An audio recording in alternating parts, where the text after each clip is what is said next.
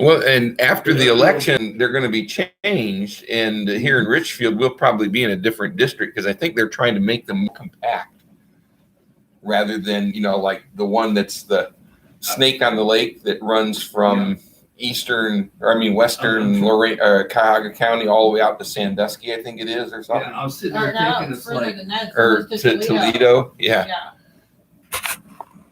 Well, and then you got Cleveland and winds down through here. Winding all around. well, look at it this way. Well, when I take another house seat from us, we might be living in a district that goes from Cleveland all the way to Cincinnati. Well, it all depends on how they compact it, but Yeah, we talked about that before. The one guy got up there and said, let's just do a simple checkerboard. The coffee on the left is stronger than the coffee on the right, Okay. if that makes any difference. Because if you look at the Ohio atlases from one that I was looking at. hey, Cliff. I'm Jack. Hey guys, how are you? I'm good. Good to see you. Howdy, Joe.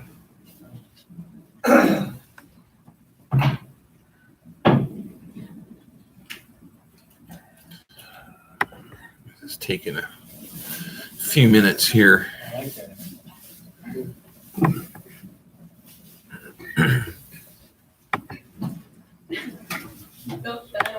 Yeah, no, what's his name?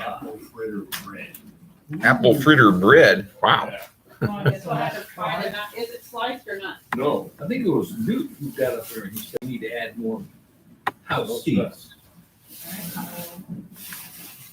Sounded pretty good to me.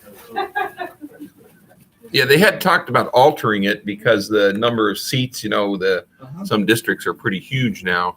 Yep. Well, it basically Newt Gingrich, and this was because I forget who was complaining to him. I think it was John Glenn, because they came in and Ohio had 23 seats. And they came in and they said, well, we're taking this many. And John Glenn protested and said, why? We still got the same amount of people. That's when everybody was moving out to California. Well, the seats are supposed to be based on the population size. Exactly. And that's what he was talking about. He's like, it's like, we got more and more people living here.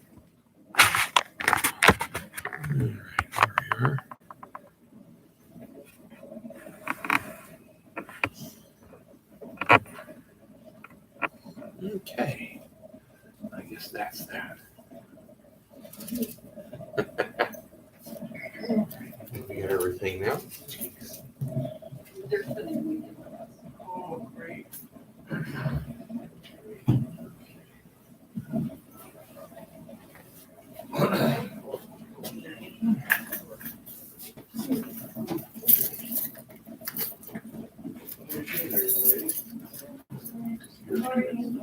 Much better than I read to be.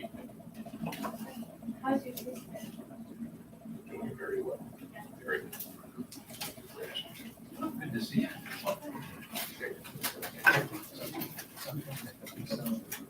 Have you tried any of these lemon Oreos? Yeah, that's what you said. That's that's correct. I guess the microphone must do a good job. I'll let you know if it's good. Yeah, a little bit of everything, so. Apple fritter bread is interesting. Where'd you get that at? Came from, Hartsville Kitchen. Oh, really? Oh, that's what you and Steve done out. Where was that auction at, or show at? Hartsville Hardware. Hartville Hardware, okay. So you went to Hartville. Yes. Yeah. Yeah, so we wandered through the bakery and. Do they still have the steam show out there? Steam power out there? That is done. Didn't see it, because it was, we just went to, we parked right in front of the parking lot in front, walked in, we just wandered around too.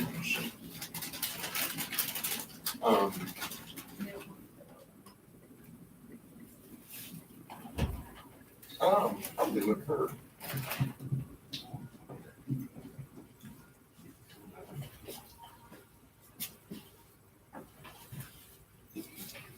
Got left me a plate full, was that it? Oh, over there. Hi. Thank you.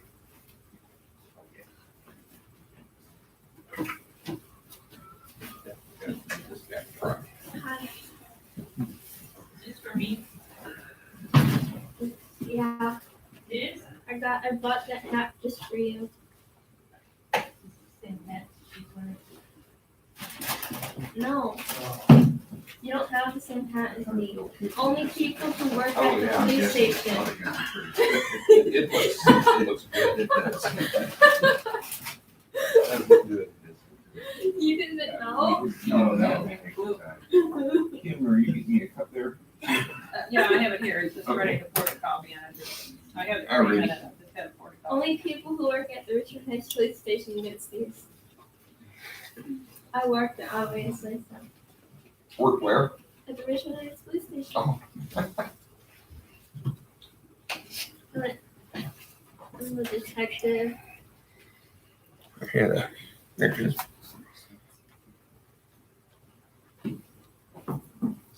Well, Neil, how did your interview go? I thought it went well, but it's not my opinion that counts. that's right, yeah. You get A's in all of it?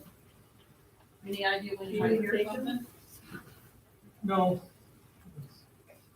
I'm going to, So a billboard yeah. that Bloomberg put up. Wow. Did Mike do it? Should have me help you. No, this is Eats burnt steak. What did you say, Donald Trump eats? burnt steak, and Bloomberg eats it, likes his medium rare. What is it Wow. even mean? There we go. I mean, that's that right there. That says it all, doesn't it? He's an elitist, and Trump's like the rest of us, like steak, burger. Doesn't like raw steak. So this is supposedly an attack on Trump. I mean, talk about I backfiring. don't know, I think Bloomberg is trying to spend tons of money on marketing. Mhm. He's probably got several teams, and that ad there is probably being tried to cater to just people that are looking for He's catering to the foodies. T-shirt people that, I don't quite understand it myself, but. Good evening. That's his waste for us, the ads for spatulas. You ever heard those ads on the radio for spatulas? I might have. The guy liked the product so much, he bought the company. Oh, yeah, Look it yeah. up on spatula.com, and you can't find it. It's just, somebody just threw their money out to advertise something that doesn't exist. Wow. They can't believe it, that guy's all that money, Hope so. is that done, now what's gonna happen? He sit there and have it all done. I figured with everybody getting sick, you would get sick. He was here Wednesday. He's So. going out and do Trump. I He know. can't get- he can't be that. Neil, Neil. Yeah, I think Made no sense. it doesn't matter who they prop up there. Mhm. Just showed everybody. Yeah. Just park the car. Now, see, Trump is doing what he did last time. Yeah. He was being criticized even when after he won the nomination, there were professionals saying, well, No. he's got no ground game. He's not opening up offices and getting people out there. But what he was doing was these big rallies. And he was going into major media markets with these big rallies. He wasn't going door to door. He was doing these big rallies and Right. splashing and everything. And people were just desperate to get signs. You couldn't hardly get enough signs in some places. Right. And so he's doing that again. I mean, a rally every night this week practically.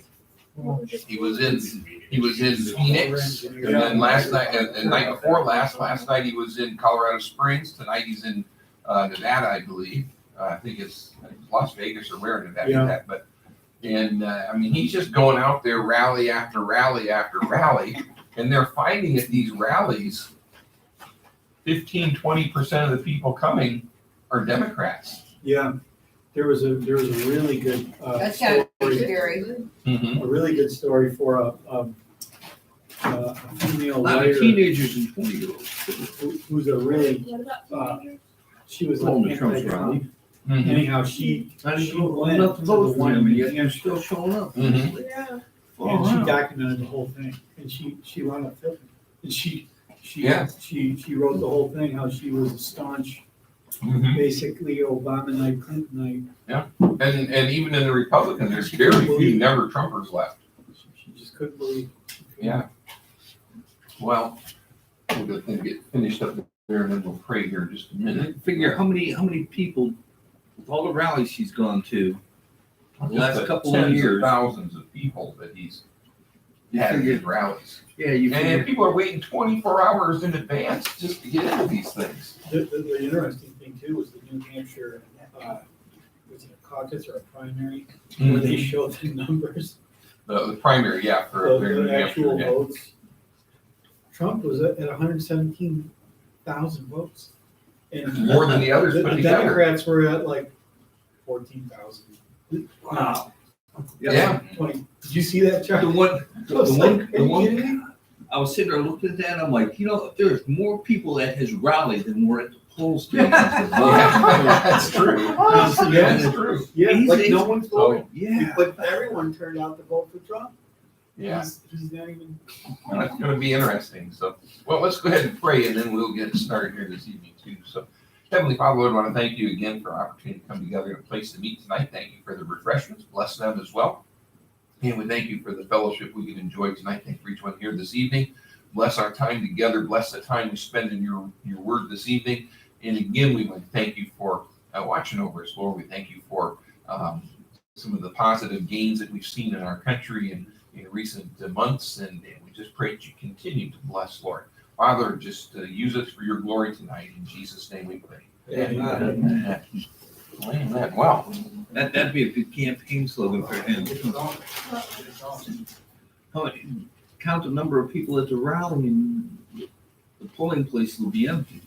They refuse to turn their cameras around, no matter how many times he asked them, turn your cameras around and show how full this place is. well, what is that one right side broadcasting? They show the crowds all the time. And I think it's right side RS broadcast or RSBN, right side broadcast. Wrong mouse otherwise. Yeah, if you took all the people that went to the rally so far, yet this year, it's not even November yet, you figure he's gonna be a shoe-in. Yeah, RSBN network or RSB network. And yeah, RSB network. And they routinely, before the thing starts, they're outside walking around with cameras, setting up outside, interviewing the people who are waiting. And then afterward, they're talking to people. So it's not just they're there when he starts talking and then the cameras go off as soon as he's done. And then they show the arenas that he's in, the venue that he's in, and they pan the camera around and you can see it. One of them we watched when he was down in the South, I think in Mississippi, I think it was, or something. And it's saying, boy, it doesn't look like there's too many people. But then I realized this was still early on. And then a little while later on, every seat in the place was filled. They were capacity. The fire marshal wouldn't let anybody else in. And it's amazing. So yeah, this RSB network, Right Side Broadcasting Network, if you can get them when they're broadcasting, I mean, they really cover it and show you. I mean, if you're a Trump fan, you'd like watching their broadcasts. He said Trump said they had to turn away 2 or 3 times as many people as got in. Mm-hmm. Yep. And they set up the jumbotrons and stuff outside, the big screens. And And that one up in Michigan, he told people to go home that were outside yeah, because because it was so cold, and people outside. still stayed. Yeah, I think during the course of this election, we will probably see multiple people change from like a CNN. I think some people, if this like that liberal article I was telling you, where she documented New Hampshire, if they're going to these things, I don't know how you couldn't like see through the insanity of the left. If you do much research on the internet, you'll find prophecies saying that there'll be an assassination attempt on Trump. Well, but every president has that. Unfortunately, that's the times in which we live. Yeah. What's interesting, you brought that up. remember there was that 20-year curse, they said, where every president elected in the 20th year was assassinated in office after some Or Indian died. or died in office. Reagan broke that. Yeah, and they made the assassination attempt. He almost died, but he survived. Okay. And Reagan actually gave a very good, credible testimony of being born again. Was he perfect? Absolutely not. But he did give a credible testimony of being born again. And I was talking with somebody that actually, after he left the White House, actually ran into him somewhere. And they actually talked about the Bible and the gospel message. And he came away from it saying that this man is born again. So, that's what it takes to break a curse, I guess, is His the adopted son, presence of the Lord. his adopted son seems to be so, but his yeah. natural, his biological His son. biological son Doesn't is seem- very Daughter, contrary too. to the gospel. Yeah, but, so the next 20th years, that was 1980, that was a year, 1980, year 2000. Who was in office then? That was Bush. Bush, and, there were attempts, but you just didn't hear much, but nothing like the curse thing anymore. So, So this would be another 20 years. well, Yeah. 2020. Yeah. So, but at any rate, it is amazing when you look at what's happening because without following the traditional playbook, he won.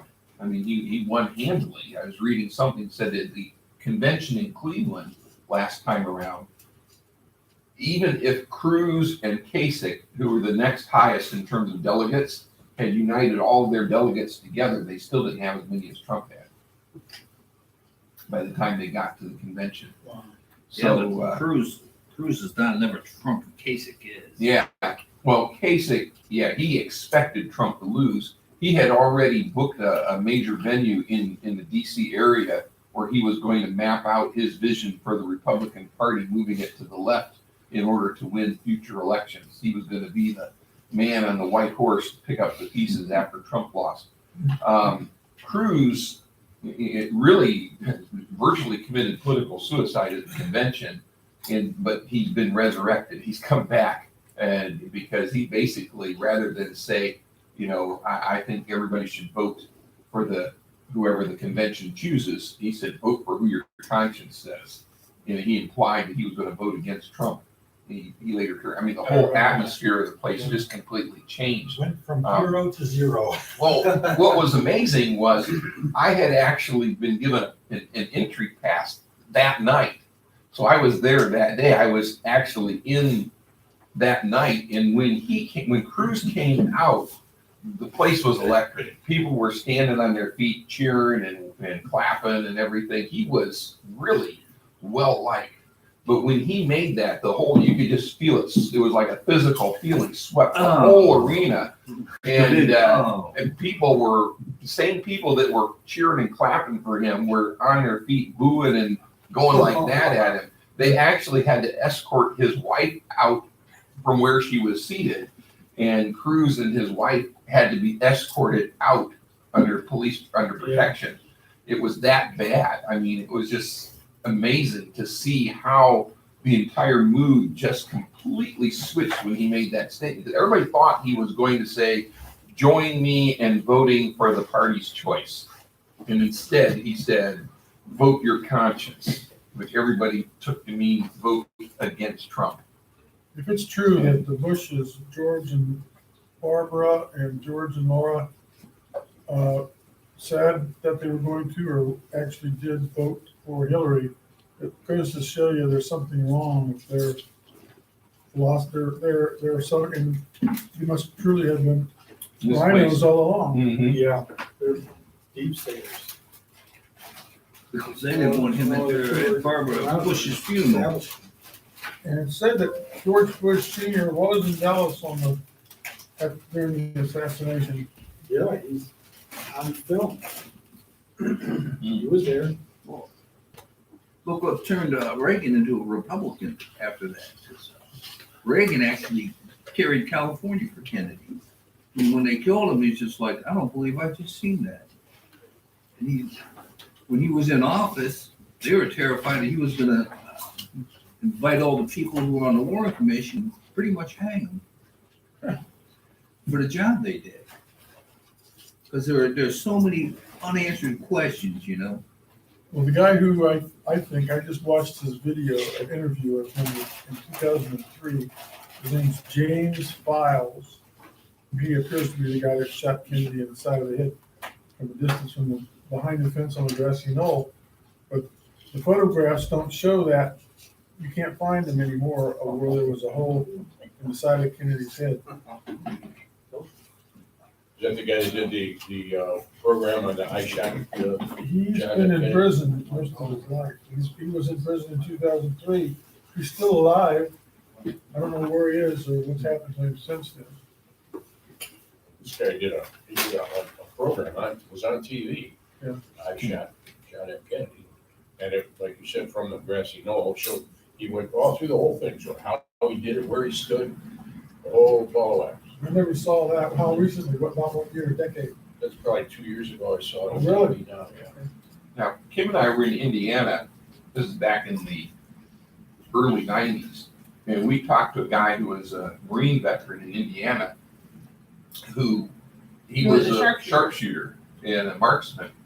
And he knew that guy Hathaway, if you're familiar with Hathaway from Vietnam. He was the #1 Marine sniper in Vietnam during his time until he got injured. I think he was in a personnel carrier that hit a mine or something, blew up next. It ended his time there, but he was the #1 guy. He was telling about it. He said that talking with Hathaway, who was considered one of the top marksmen in the world, he said, at my best, I couldn't have made the shot that supposedly that he made. Oswald. Oswald, yeah. He said, I could not have made that shot at my best. I did a research not long ago. It was either everything just went together right, and it was a fluke, or what you're saying is what happened. I did some internet research not long ago, and I just out of curiosity, I typed in the words Bible code, quote unquote, and then who killed Kennedy, quote unquote, and it came up with Phillips. What was his name? Phillips. His last name's David Lee Atwood. David Phillips. I can't remember the middle name was Atwood or something. And he is apparent in files that I watched his interview from 2003 while I was in prison, said that Phillips, David Atlee Phillips, recruited both him, Files, and Leon Harvey Oswald. And that James Files and this other guy who went to not the book depository building, but another well-known building right next to the plaza. Him and that guy were the assassins.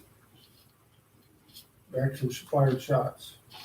And Oswald, apparently, according to him, never fired a shot. He was sort of the decoy. And like Oswald said, he was a patsy. Mm-hmm. Because they found him at that movie theater awfully quick. Yeah, they were supposed to. Mm-hmm. That was an accident. I forget the details about that, but that was part of a plan. They weren't supposed to kill Tippit. They were supposed to kill Oswald. Mm-hmm. This guy went on to say too that there was the Cuban element that was behind him. Yeah. The mafia. So we had that Bay of Pigs fiasco before that. I had read that it was because of he was going against the Federal Reserve. And he was changing the monetary system to be backed by the gold standard. And the Yeah, that Federal- too. He wanted that He too. was printing those new notes. And the Fed didn't like that. There was a lot going on there. The banks, Bobby was involved everything, too. yeah, Going they after the all mafia and had to everything. be destroyed. Well, and he was That also bill. good friends with Sinatra, who had all kinds of ties to the mob too. Well, I saw a documentary on Newsmax that showed how Kennedy was having relationships with these women, and one of them was she was affiliated with the mafia. She was stuck with one of the mafia leaders.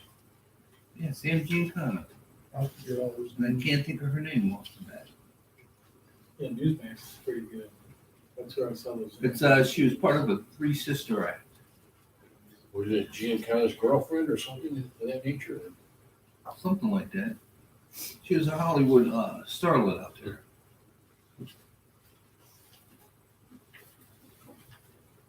Tangled web. Mm-hmm.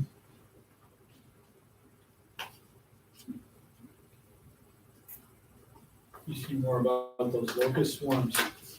Or in the Middle East. Yeah, there's been a couple experts came forward and said that by June, they're saying it's gonna be 500 times the size, which to me is incredible because it's so massive right now. 500 times? It's pretty incredible.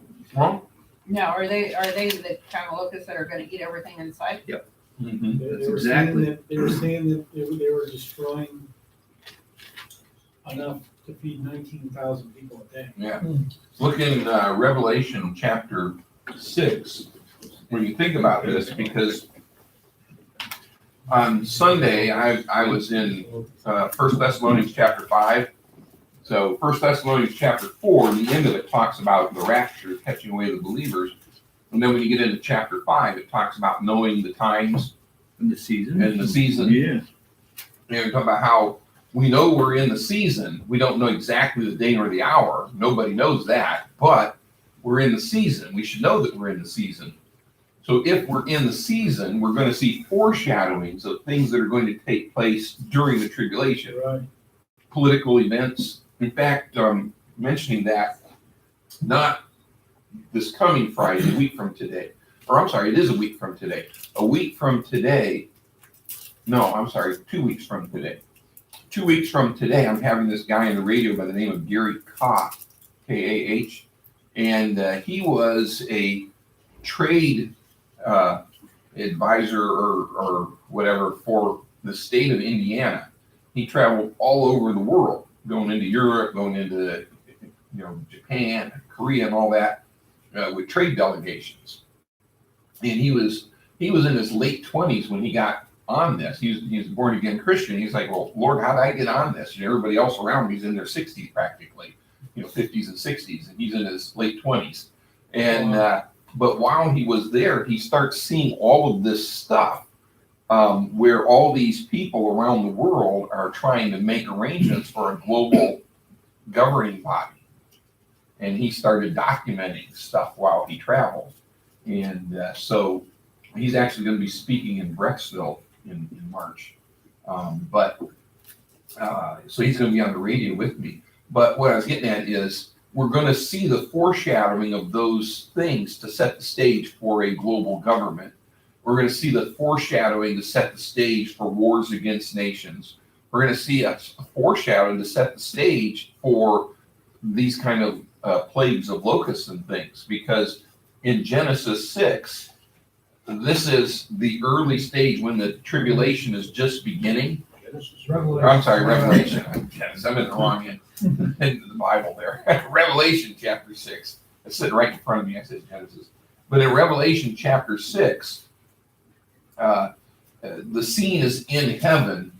John, as a believer, has been caught up to heaven at the start of chapter 4. And he also represents the Christians being caught up to heaven.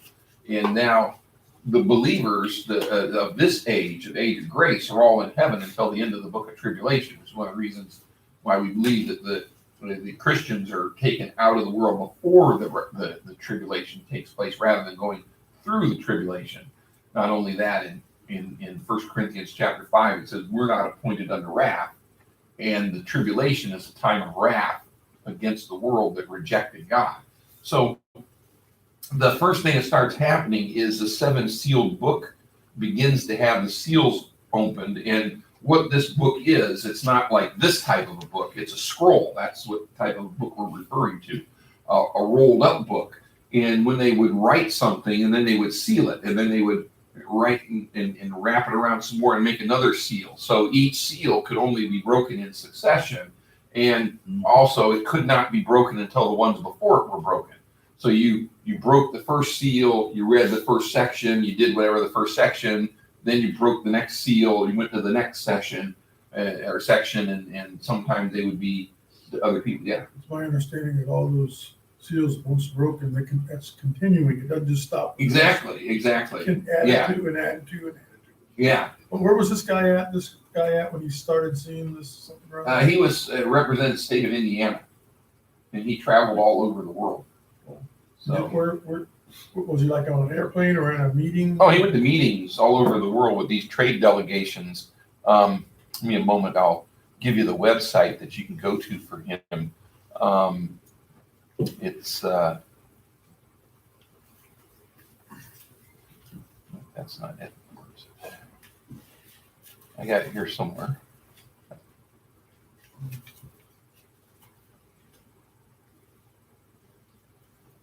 All right, Gary Ka, Hope for the World. His first book was En Route to Global Occupation, and then he's got another book now called The New World Religion. But you can find him at GaryCah.org. GaryKah.org, GaryKah.org. And he was a Europe and Middle East. I guess he didn't go into Japan and Korea. He was Europe and the Middle East trade specialist for Indiana state government. And he also worked closely with the staff at American embassies on trade-related projects.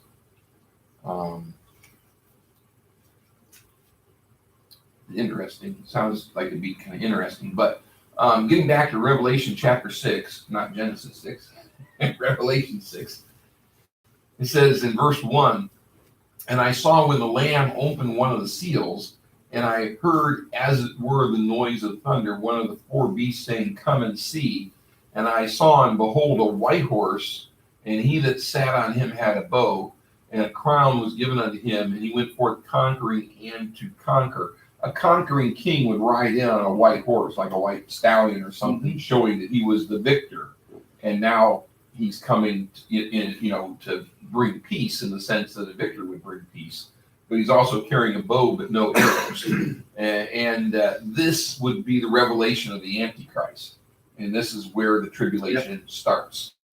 The Antichrist comes on the scene. Daniel chapter 9, he has that covenant that he approves with the Jewish people, and the 7-year covenant. That's the official start of the tribulation period, not the catching away of the believers. A lot of people think when the rapture takes place, the 7 years starts. No, the rapture takes place, catching away the believers, and then after that, the Antichrist is revealed in this portion right here, and that's when the 7 years starts. So it could be the same day, could be another week, could be another month, could be another year. We don't know, but I would suggest that it's close. I don't think it's going to be like decades, But he comes on the scene. And then the next seal, verse 3, and when he opened the second seal, I heard the second beast say, "Come and see." And there went out another horse that was red, and power was given unto him that sat thereon to take peace from the earth, and that they should kill one another. And there was given unto him a great sword. And this is war. Personally, I think this would correspond to the Ezekiel 38 invasion of Israel against, where Russia and Turkey and Iran and all that come in. And They'll put hooks in their mouth. Yeah. And all the men. Now some people may not agree with that, but whatever it is, there's going to be war shortly after the Antichrist comes to power. Then we see in verse 5, "And when he had opened the third seal, I heard the third beast say, 'Come and see.' And I beheld a little black horse, and he that sat on him had a pair of balances in his hand. And I heard a voice in the midst of the four beasts say, 'Measure wheat for a penny, and 3 measures of barley for a penny, and see thou hurt not the oil and the wine.'" Now, again, we see the foreshadowings of coming world government, the beginnings of the Antichrist reign. we see the foreshadowing of nations rising against nations, and conceivably the red horse of war. So the locusts that you're talking about, could be part of the preparation for this famine that ensues. A measure of wheat for a penny, 3 measures of barley for a penny. A penny was considered a day's wages. And then a measure of wheat would have been the amount of food that you needed, that you bought with a day's wages, enough food for the day. Is that where pittance comes from, or was that? Where what? Penny was the mix from pittance? There was a half penny. A pittance would just be a small amount. Yeah. Pittance, it's like, when your grandmother said, "Will you just get a pinch of this and a smidgen of that?" When she's cooking. And a pittance of this, I guess. But it could be that this is preparation, that not only would war have a effect on food production, but if you've got this horde of locusts that descends across that area. Something else that I hadn't really thought of before, but we've talked before about how it would appear that something would have to take the United States out of the picture prior to the tribulation taking place, because the United States right now is the preeminent world power, militarily wise, economic wise, social wise. Our country dominates the world.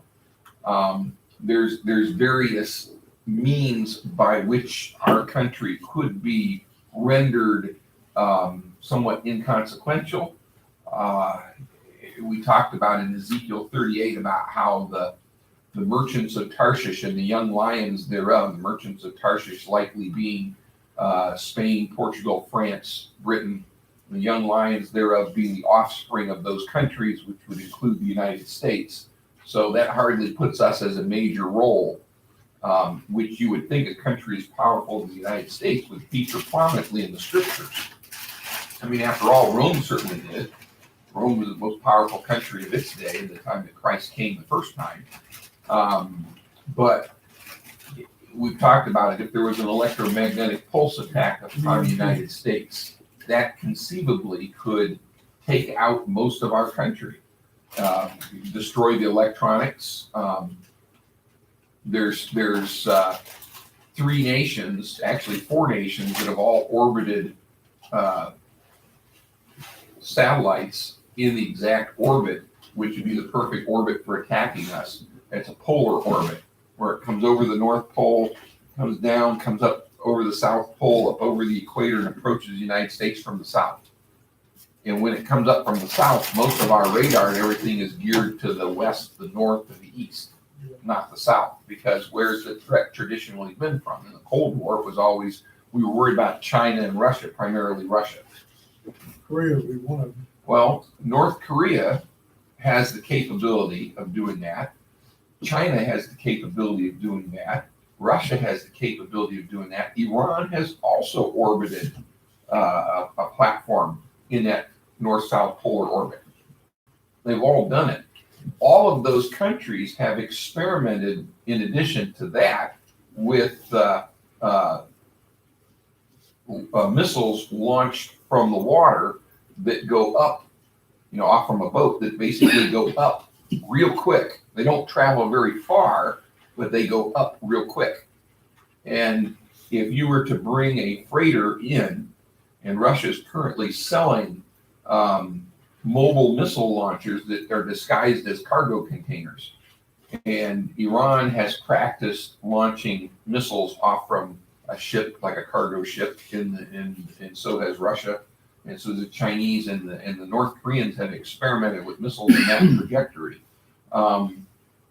But you could come in within 100 miles of the coast with a freighter and open up a missile launching container on the top of the ship and launch a nuclear warhead in, and detonated about 100 miles over top of the eastern seaboard, maybe simultaneously one off the Gulf Coast and another one simultaneously off from the West Coast. Also from a submarine. Yeah, or a submarine can do it too.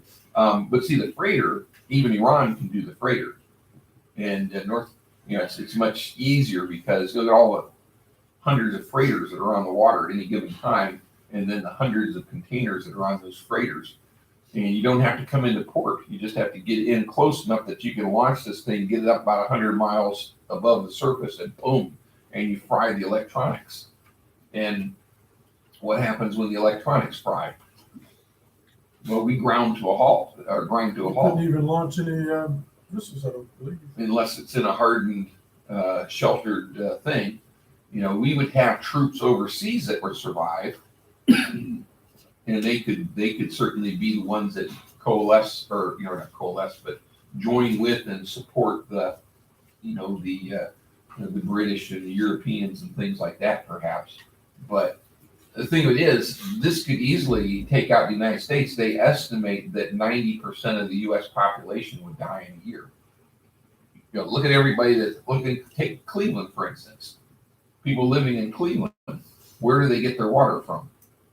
You turn the tap on and they just trust that it's going to come out, right? Well, what happens when the water system no longer produces water and there's no longer water coming through the pipes? You don't have a well. We got a well. But even if we got a well, but there's no electricity. How do you get water out of the well? You don't have a hand pump.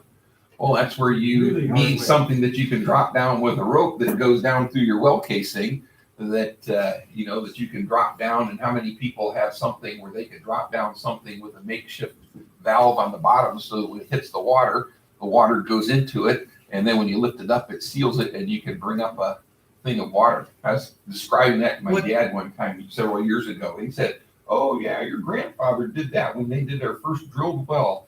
He said, "We didn't have time or money to put a pump on it, so he just took a piece of gutter and a leather flap and tied a rope to it, dropped it down, 2 pieces of gutter. He bolted it together with a leather flap on the bottom. So when in the water, the flap would go up, and then when he pulled it up, the flap would go down and it would pull the water in. And that's how they got water out of the casing. What's that? You can't drop a bucket down. It's only this big around. What's that? It was made back in the 1890s, I think.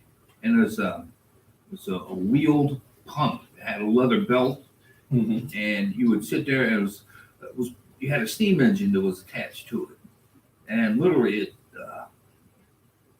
What would that be? Like a bladder pump. There was a piece of leather, like you were saying, and the rod would come down to a push, and you had the cork. Well, it's like a suction pump, isn't it? Yeah. Because we had one in our shallow well, because it was in the basement when it would come on, you'd see the wheels spinning. Mm-hmm.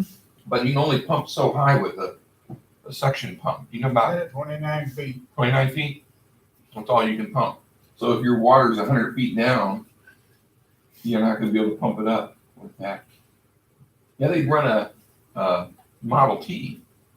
They'd put it up there and put the belt around the wheel. Put it up and then run it and use it as a flag. Another thing that I think we talked about before with the young lions would be, well, I mean, if the rapture happened, we would be rendered, you would have, then Rome could totally be looked upon as God. The Pope could be the Antichrist or false prophet and have control of this world body of religion and politics. And America would easily be subjected to that world government without Christians. Yeah, think about it this way. And I don't want to make people stay up at night not able to sleep. You'll see what I mean in a minute. Assuming that President Trump truly is saved, we'll give him the benefit of the doubt. And Vice President President Pence is saved. The rapture took place, they'd both be gone. Do you know who would be president? Oh yeah, Howard Nancy. Like I said, don't want to keep you up scared. So there you go. That gives incentive to go. But we wouldn't be here either. But she would become president because Trump and Pence would both be gone. And she would sell out. real fast. And well, she's already with them in spirit, so She's a Christian. oh yeah, Oh, she prays yeah, every right. day. Yeah. Well, that's what I mean. But yeah, but see what would happen immediately, and but He's as much a Christian as Pete is. but let's say that the election takes place, and it's 2000. It's this time a year from now, 2000. It's February 2021 instead of February 2020, and you have Trump and Pence, and then hey, honey, then instead of Pelosi, let's say, oh, just for grins, what's his name? It's had a tip of my tongue. Jim Jordan was Speaker of the House. He's a born again Christian. Yeah, So what does that do now if the rapture took place? You got the president and the next two in line for the president. Now you go to the cabinet, and the Secretary of State, I think, is the next one in line after or no, it goes to the President pro tem of the Senate, I think. And then, the majority leader in the Senate, because the president is the vice president. I think it goes to the majority leader of the Senate. And let's just say that whoever that is a born again Christian as well. And then it throws it into the cabinet, Secretary of State. Well, the current Secretary of State is supposed to be Pompeo is supposed to be a born again Christian. So that moves it down. You could conceivably have the Postmaster General as the president eventually through the cabinet. I'm not sure how it goes in succession in The the highest cabinet. ranking janitor will become president. Yeah. but that's the point is, it's not hard to imagine without the Holy Spirit, But without yeah, the body of Christ and the in chaos. America. The chaos that would ensue in America Yeah, with key people taken out of this country, in addition to the utter collapse, no radio, no television, no internet, no newspapers, nothing. So the only way you know what's going on is the people you see and talk to and who they saw and talked to. And so everything's word of mouth, and you can see where it'd be easy to disguise the devil can fool people. Oh, the rapture didn't take place. The right Reverend so-and-so is still here. Yeah, well, they wouldn't know that because you wouldn't know it, but they would know, oh, look, the pastor of the United Church of Christ is still here. And, Al Sharpton's still here. well, you wouldn't know that unless you're around. I'm just saying your local area, wherever your local area is. And I can say the United Church of Christ because he's on record on the internet as saying basically he doesn't believe the gospel. We talked about that a couple of years ago where he believes in, you just be nice and follow Matthew 25 and Christmas make shoebox shoeboxes salvation. for immigrants and you're really saved if you do that, as opposed to some pie in the sky, pray a prayer and a bunch of nonsense is basically what he said that Doesn't was. believe in the selfish. Yeah, it's selfish and pie in the sky. So he would be here because he doesn't believe the gospel message. And you would have others, and they would, and so they could say, but the pastor of the Bible Baptist Church isn't here. Well, yeah, but you know how they go down to Kentucky? They're probably gone, and there's so and so across the street that never passed a bar without going in for a couple of hours. He's out in California. He's not here either. Oh well, I guess that could be it. They're just stuck wherever they were. So you can see where that allows the lie to come in. And then as they start getting things back online, it gives them time to push the lie and get everything together. But anyway, what I'm getting at is plus the other part, it's the only reason why that all this hasn't happened is because we're here, and God is actually saying, because you're here, I'm going to bless you by restraining total outbreak. well, and the Holy Spirit works through us, restraining, because that's what 2 Thessalonians chapter 2 talks about. The revelation of the Antichrist, the son of perdition, can't happen until the Holy Spirit's taken out of the way. Well, the Holy Spirit's in us, and we're sealed until the day of redemption. He's never going to leave us. So therefore, when the Holy Spirit's taken out of the way, we've got to be taken out of the way. Yep. So that's another reason to believe that we're going to be gone when the Antichrist is revealed, because in 2 Thessalonians chapter 2, he's being restrained. So the devil doesn't know when he's going to have his moment. No, he thought he might have been able to do it 100 years ago, perhaps. But he knows we're in the season, but he doesn't know exactly when. So he's got to be prepared. So he's making preparations. And God, of course, is getting the world ready. You know, this thing with these locusts and things, that could be a part of it because, you know, the locusts can reproduce pretty good. Their population can surge pretty quickly, but still it takes time. It takes time. And if you want to have one of them plagues that really just eats everything in sight, you know, it doesn't happen overnight. And that happened quickly, but it may, a year or two preparation would really make it a lot easier for a massive plague. And, excuse me, that could be what results partly in this famine here, where a measure of wheat for a penny, day's wages to buy enough food to eat, 3 measures of barley for a penny. Then You know, the you'd be fourth able war. to feed a couple other people, you know, but it's just going to be hard. People scraping by because the food's going to be in short supply. And if the United States is taken out of the picture, you know, we're not going to be the breadbasket because even though Bloomberg thinks that you only need to dig a hole, put a seed in it, and throw some dirt on, a little water, and just voila, you just come back and there's your harvest. What can be difficult about that? That was the one quote that I had from President Dwight Eisenhower, where he said, it's what was it? You can think farming's easy when your plow is a pencil and you're 1,000 miles from the cornfield. So it's easy when you've never done it. But when somebody's out there, okay, so you say, well, all I do is plant some seeds. Okay, how do you plant 100 acres of wheat? By hand. What was it, the 40 acres and a mule that the freed slaves were supposed to get because 40 acres was what they figured one man could work with a mule? Yep. And that was about the max that you could do if you were a worker It'd take a good mule too. and a good man.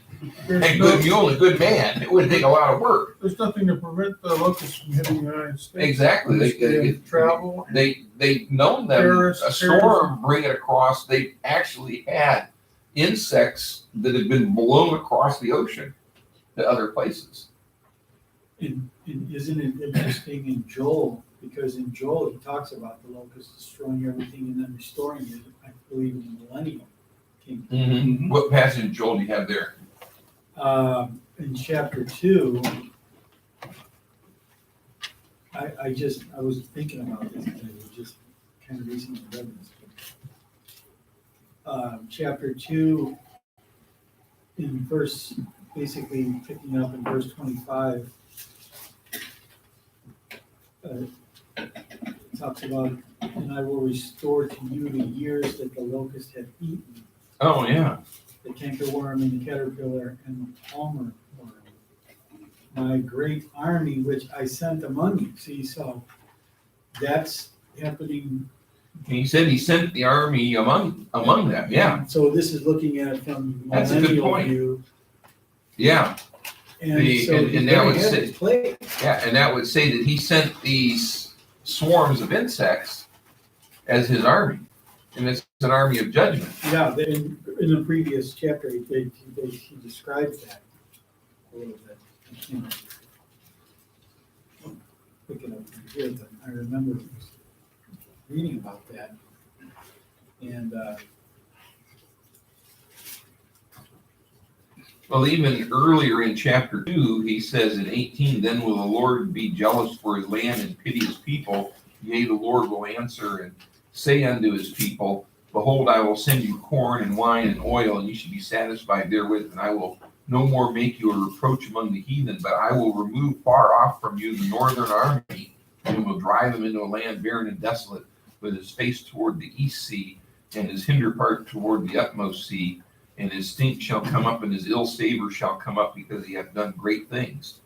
And that could certainly be, you know, that reference to Armageddon even. yeah, Because the great sea, or the utmost sea would be the Mediterranean. The east sea would be the Persian Gulf area, probably, or the Red Sea.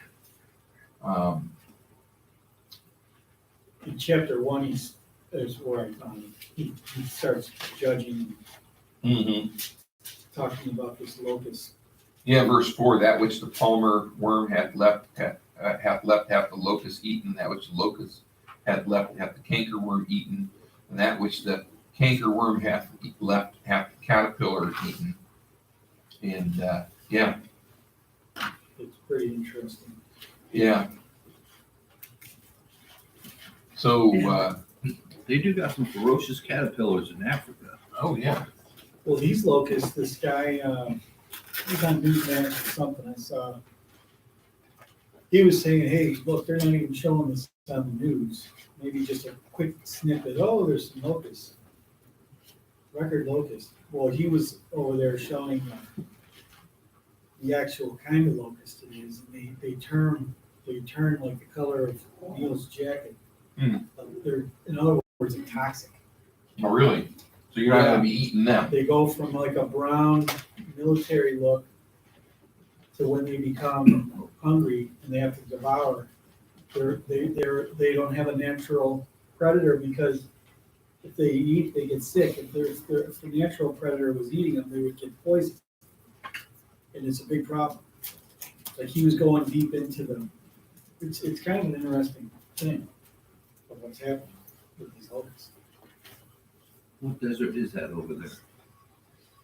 Well, it was happening in like Arabia, and it's going south, and it's over in northern Africa now. Oh, it's going in towards China even, and it's down in Kenya. So, Biggest swarm of locusts in decades. CBN, Christian Broadcasting Network, said the plague of locusts. They're using the word plague there. yeah. Actually, it's split. Yeah, NPR is calling it the largest plague of locusts in a quarter century hits Africa. Business Insider has some And pictures. so it's not really shocking to us, because we just read how the Lord's going to do these things. And like you were talking about shadows and pictures of things to come, Mhm. certainly these locusts are another example. And then of course you've got the pestilence of this virus, Yeah, well, which and is spiking in Korea. Korea is the next hardest hit area. I was talking with Gus, the East Coast Pizza there in Garfield Heights yesterday. And, you know, he comes from a Druze Muslim background. He's saved now, but he watches a lot of Arabic programming online. And a number of Muslims in one of the Muslim countries are claiming, I was talking about this on the radio today, that the coronavirus is a plague from Allah against the non-Muslim world, and that Muslim world is not suffering from it, which is a complete lie, because it's in Egypt, it's in the United Arab Emirates, it's in Iran. Iran's even had deaths from it, I Oh, believe. really? Yeah. It was around, Um, because we looked it up It's last night. yeah, it's in the Philippines. The Philippines, large Muslim population. It's in India. It's got a large Muslim population. It's in Malaysia, which is a large Muslim population. I was going to find it as soon as my computer loads the Wow. page. But What's interesting is it hasn't really touched North America too terribly yet, has it? That I've seen. there have been a few cases. Or South America. Actually, China is number one. That Diamond Princess cruise ship is number two, then Korea. Yeah, I guess Korea blew up just yesterday or today or something, where 400 or some cases from a woman who went to some church. There was a report. She was going to church for several weeks, sick, and no one knew it. Now, of course, they're blaming this church and blaming her, and Mhm. you should have known better. It's like, how do you know? We got people coming in our church that are sick all the time with Flu or something, yeah. flu. Don't even know it yet. You can't tell if you have some deadly disease. Mhm. I mean, The- Used to shut down all churches.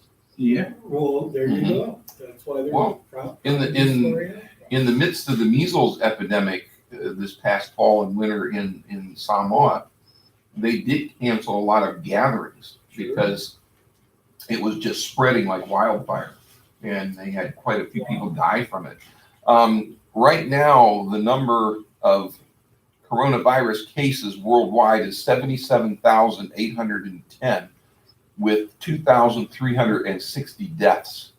Or so. would have you believe. Yeah, well, we don't know what all's in Wait, China because yeah. the Chinese Yeah, numbers are probably low.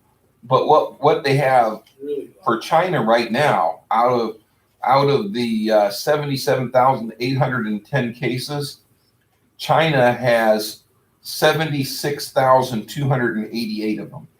Wow. That shows you where it is mostly. And they have 2,345 deaths. The Diamond Princess has 634 cases and 2 deaths. South Korea has 346 cases and 2 deaths. Japan's next with 109 cases and 1 death.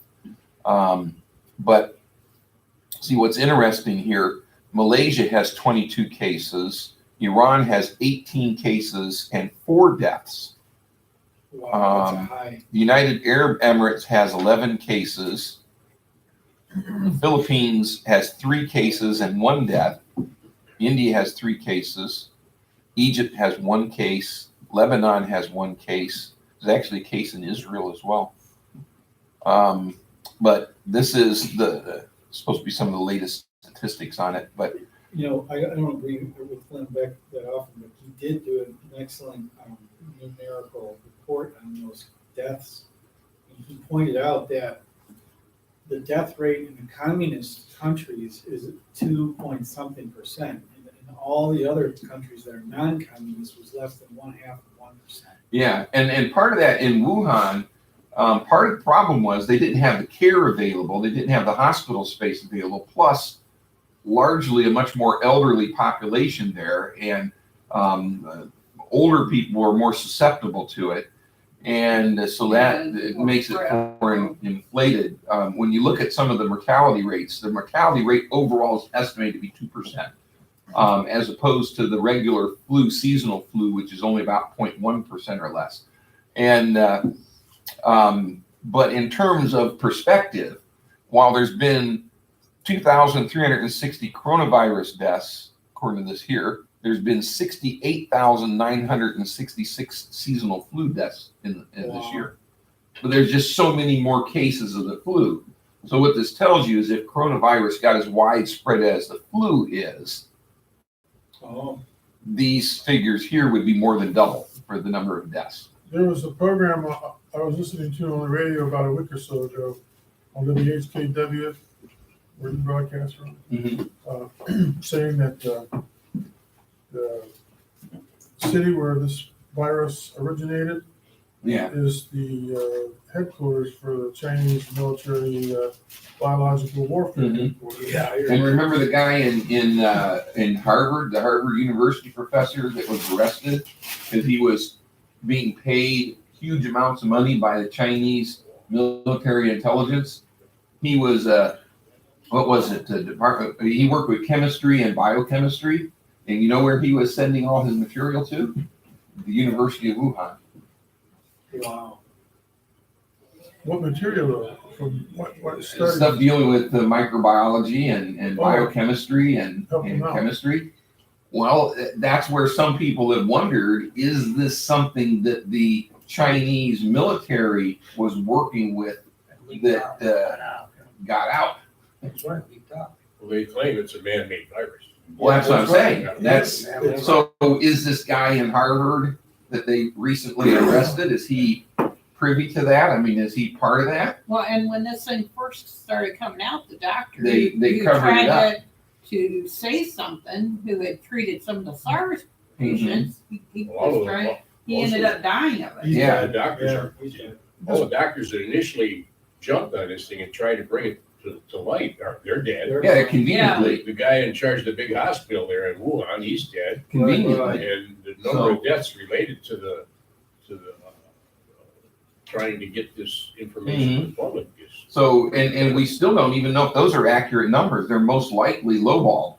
Right. This program I listened to also said that there was evidence, physical evidence, that this virus coronavirus is human engineered, and I haven't been able to verify this yet, but they also said on the same program that Bill Gates owns the patent to the coronavirus. That's Doesn't right. make any sense. He's part of the patent. Yeah. The virus is patent. Now that one I hadn't heard that I one. don't know, I don't know how you can patent And I heard virus about the because Bill the Gates thing too. because the virus keeps changing. You can't, I mean, Well, Mhm. But there, crazy people will try to put a patent on anything, even something that's like that. but there are some cases where they've done research in microbiology where they developed some strain of something and they patent it. Because it's like one thing that they were doing one time, they were experimenting with a microbe that, I think this is a bacteria, not a virus, but a bacteria that would metabolize copper. And you could pump it down into a copper mine where you can't really mine it anymore. And it would go down there and literally digest the copper, the little remnants of copper, and then you pump out the slurry and you would get the copper that way. You would get more copper than you pumped in? Well, no, they engineered this bacteria Oh. and you pump the slurry down into the copper mine.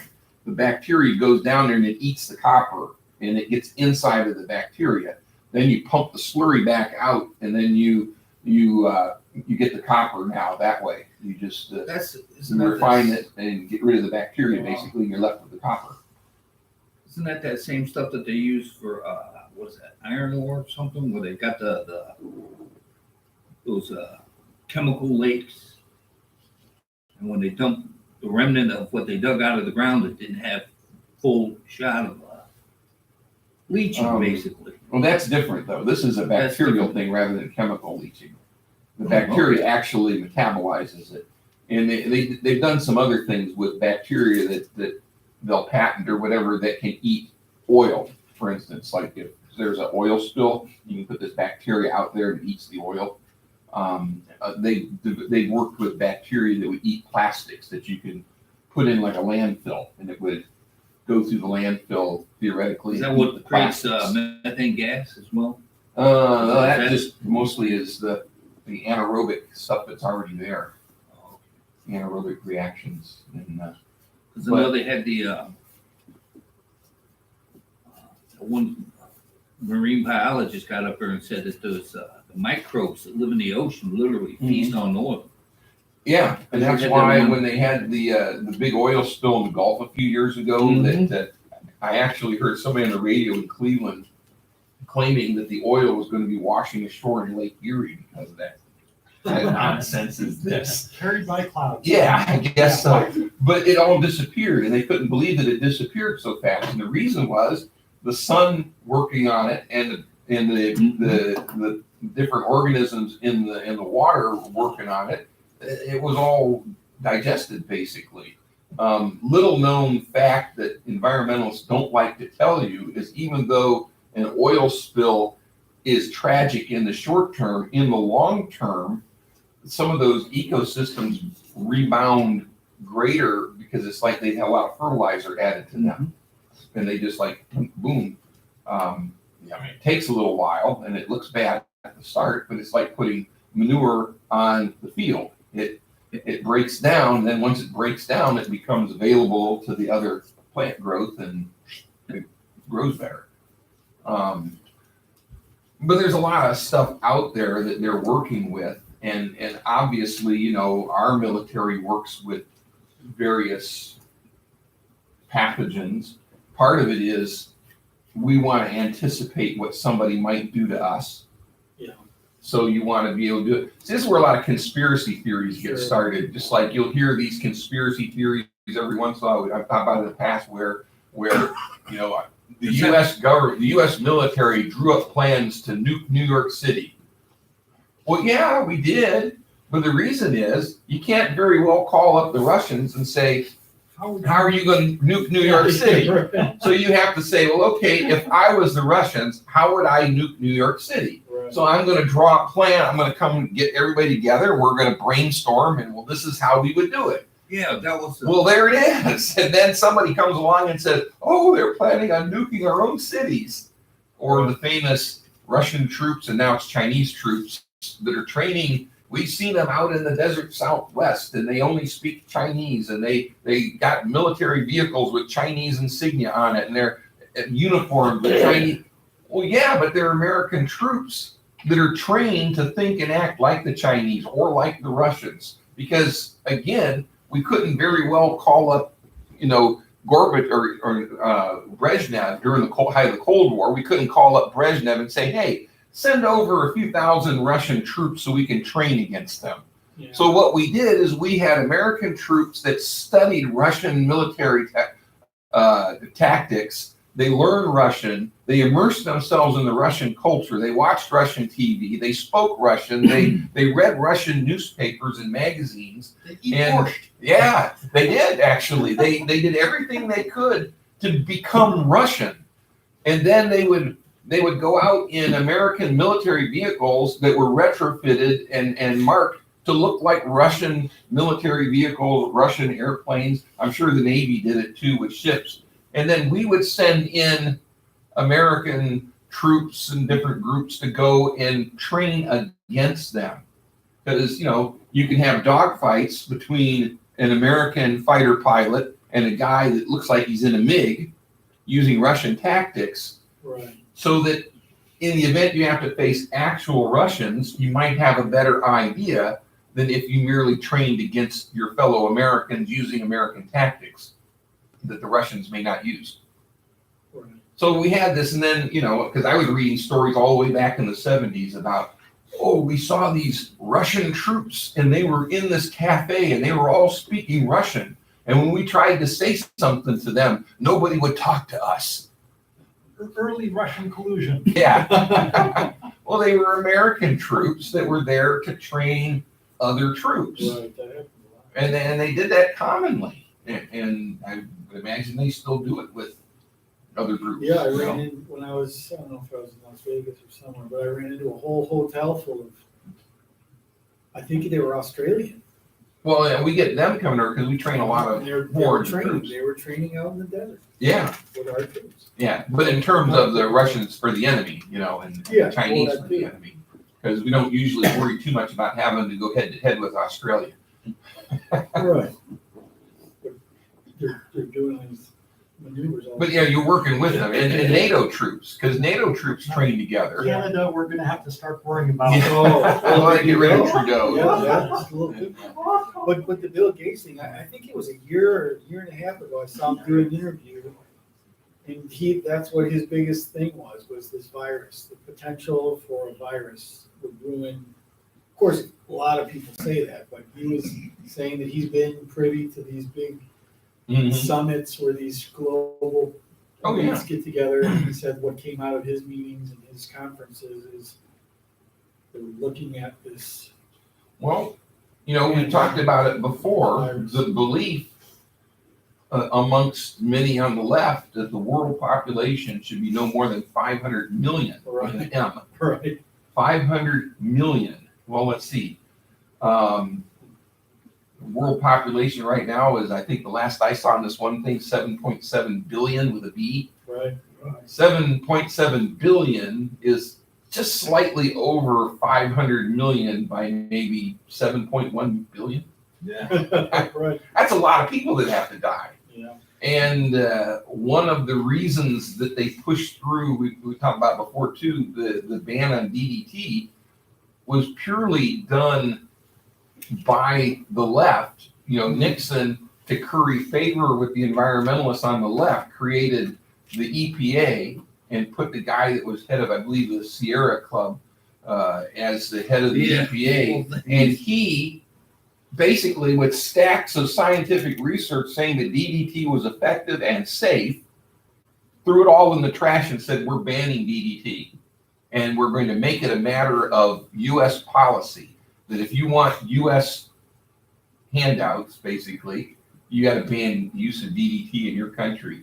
And we know that millions of people in Africa and parts of Asia have died that would have lived had they used DDT. Because DDT was simply one of the best insecticides for getting rid of mosquitoes that we ever had, and one of the safest.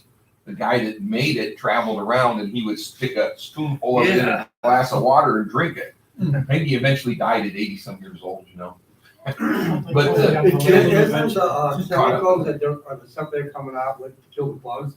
Isn't the bugs becoming allergic to that? well, what happens? Allergic to it.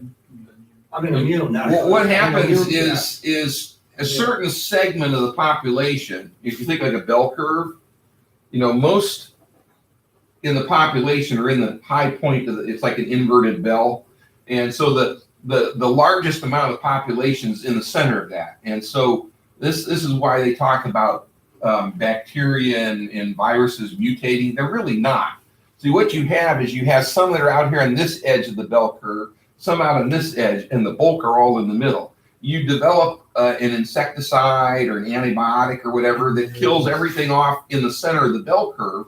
The ones out here on the outside survive. Now, they're surviving out here because they don't really compete as well with the majority of them. And so as a consequence, when the majority of them are killed off, what happens to the outliers? They now surge in their population, but they happen to be resistant to that antibiotic, that insecticide or whatever. And so as a result, they say the population becomes immune to it. Well, what you've done is you killed off the ones that are susceptible. That's why these little wipes that you see in the grocery store, wipe your cart off before you grab the handle, are really not good. Right. Because unless you saturate the surface and let it air dry for 10 minutes, isn't it? What you're doing is you're killing off the least resistant bacteria, and over time, the more resistant bacteria begin to thrive. Right. And so now instead of grabbing a handful of bacteria that's easy to control, you're grabbing a handful of bacteria that's harder to control. That's right. They're mad because you killed off their weak cousins. No, they're actually rejoicing. Well, and Because now they can live. It would be like, what if Yeah, they went wouldn't it make the bugs deformed? No. All because It's of like this. certain- What if somebody came into the state of Ohio and said, we are going to kill off everybody with blonde hair?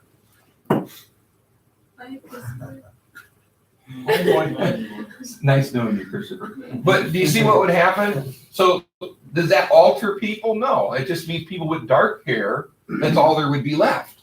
And so all you have is people with dark hair. And there would be very few people with blonde hair. Let's say blonde hair and red hair. You expand it. So you're not going to find people who are blonde or redheaded. Everybody's going to have dark hair. And so anytime somebody had kids and the kids had blonde hair, they killed them. So all you're going to have left is people having dark hair, because those are the only ones that survive.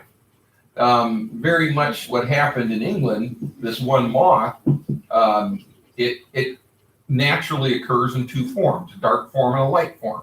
When they started burning coal in England, the soot got on everything. I remember when I was stationed in England, down in London, you could tell they were in a process of cleaning buildings. They would steam clean these buildings, or sandblast in some cases, to get the soot off. You get a building that was like about this color here, and it would turn out almost like this color when they got all the soot off. Well, what happened was the moth landed on the side of the building.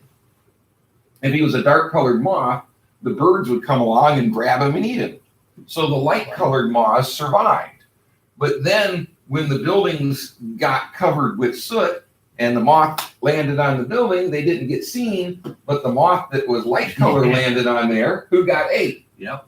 And so over time, the moths became dark.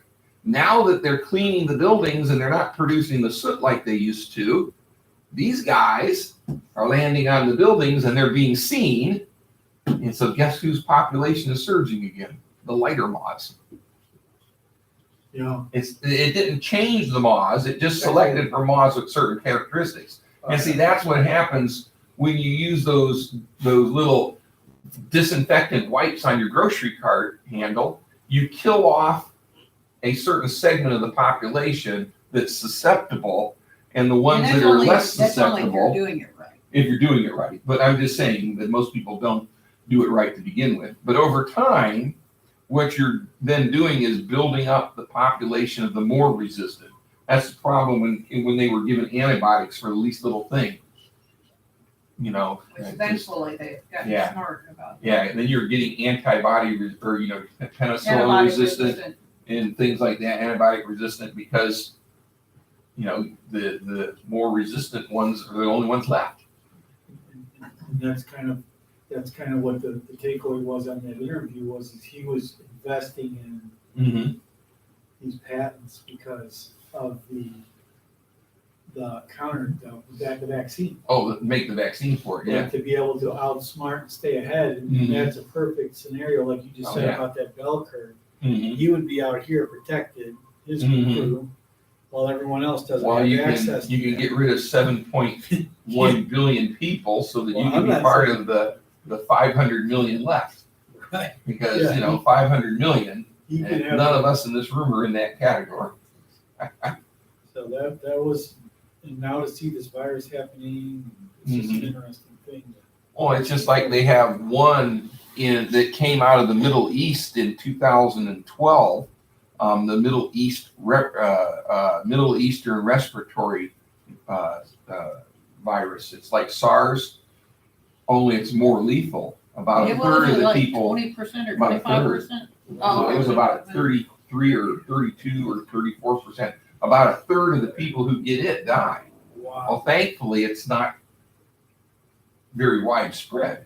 You know, 35 out of 1,000 people that get it die. So all that, after World War One, they figured that, Well, the poison Spanish flu. gas, yeah, 35 triggered the Spanish Well, flu. and see, the Spanish flu, you have to remember too, That was a We didn't- perfect storm. it was, yeah, because you had all these troops, is where it spread was in the camps. They're in close quarters, sanitation wasn't always that great. And plus, Then the back then troop they did ships. not have, yeah, the troop ships were really claustrophobic. They didn't have the facilities for taking care of these people, because with a lot of these diseases, it's not the disease itself that kills you. It's what you get as you're susceptible to, like Well, it's pneumonia. not, well, but it's also the, just like this corona. There's people who are dying of it in places like, the backwoods of China that are dying from it, that if they had it and they were able to go to a real hospital, they would survive, Mhm. And so it also comes down to technology, and Which is- that was yeah. part, And one of the reasons why the seasonal with flu, the 1918 flu, that was part of the problem. yeah, but the but- seasonal flu has such a low mortality rate because right now, most hospitals are overflowing with people. There was just, I just Yeah. had a new count on the seasonal flu today.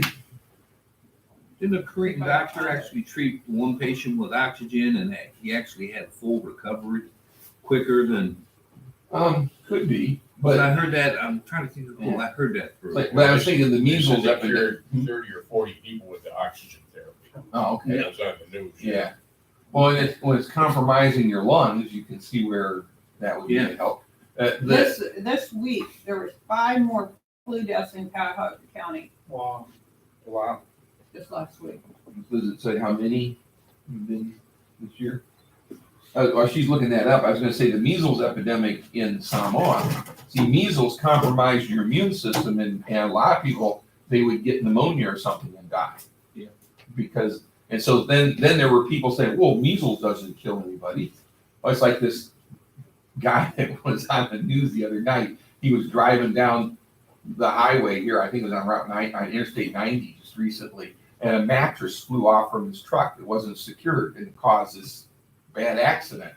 And he said, oh, he was cited for unsecured loan. He said, it's not my fault. The wind blew it off. Well, yeah, well, good night. I mean, it wasn't my fault that I had that accident. The car, the wall stopped me, or You something. probably wouldn't let the guy hit her, he didn't have his little tied down.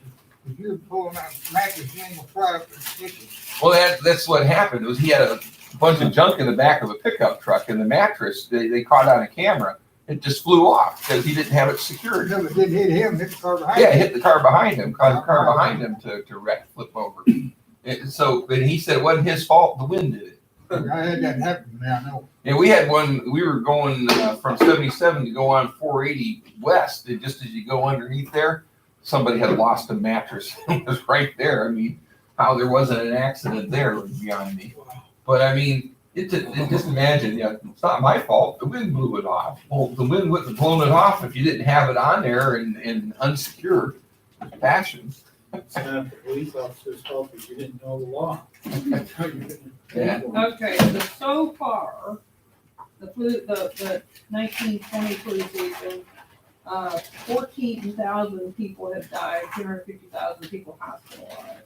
Is that nationwide? Yeah, I don't think. I guess last year's flu, season was one of the worst on record. I think that Well, and 17, 18, 18, or 18, 19. They had like 60,000 deaths or something like that in the United States. So we don't, see, coronavirus is new. And so everybody's thinking about that, whereas the flu is far more concerning because it kills far more people. It's just like auto accidents. Yeah. And even when, Well, when We a got plane meat. crash, when a Yeah. plane crashes and 300 people die on the plane, That's the coronavirus. then Yeah. then it's Yeah, the- so the- much yeah, the worse coronavirus than is a all plane the crash. people who get killed in car crashes Yeah. during the year, you know? yeah, it's like before they developed the measles and rubella and what is it, mumps, measles and rubella Yeah. vaccine Measles, mumps, in the early rubella. 60s. What was it, 300 to 400 kids in the United States died each year from the measles, up until the early 60s when the vaccine came online. Which you would think that, is the news like slowing down with it then? Because if it's like a plane crash or if it's comparatively.